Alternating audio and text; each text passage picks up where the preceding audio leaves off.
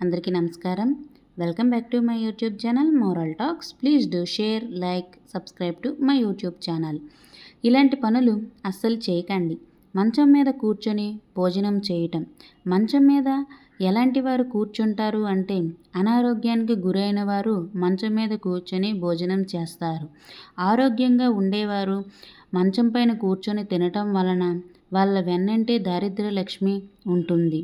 వాళ్ళకి కష్టాలు, దుఃఖాలు మరియు ప్రశాంతత లేకుండా చేస్తుంది. అందువలన మంచం పైన కూర్చొని భోజనం చేయటం అనేది అమంగళకరమైన విషయం.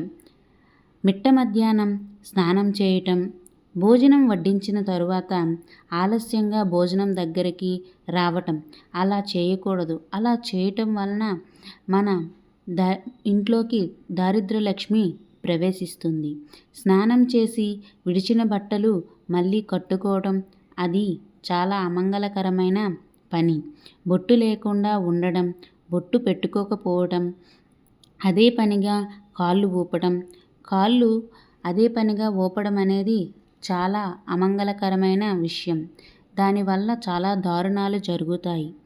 కాళ్ళు దాటుకుంటూ నడవడం, నాలుకతో తడిచేసి బొట్టు అస్సలు పెట్టుకోకూడదు.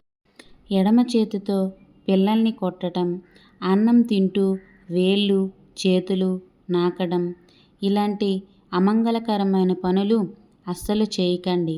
అలా చేయటం వలన మనకి రాబోయే రాజయోగం పోతుంది.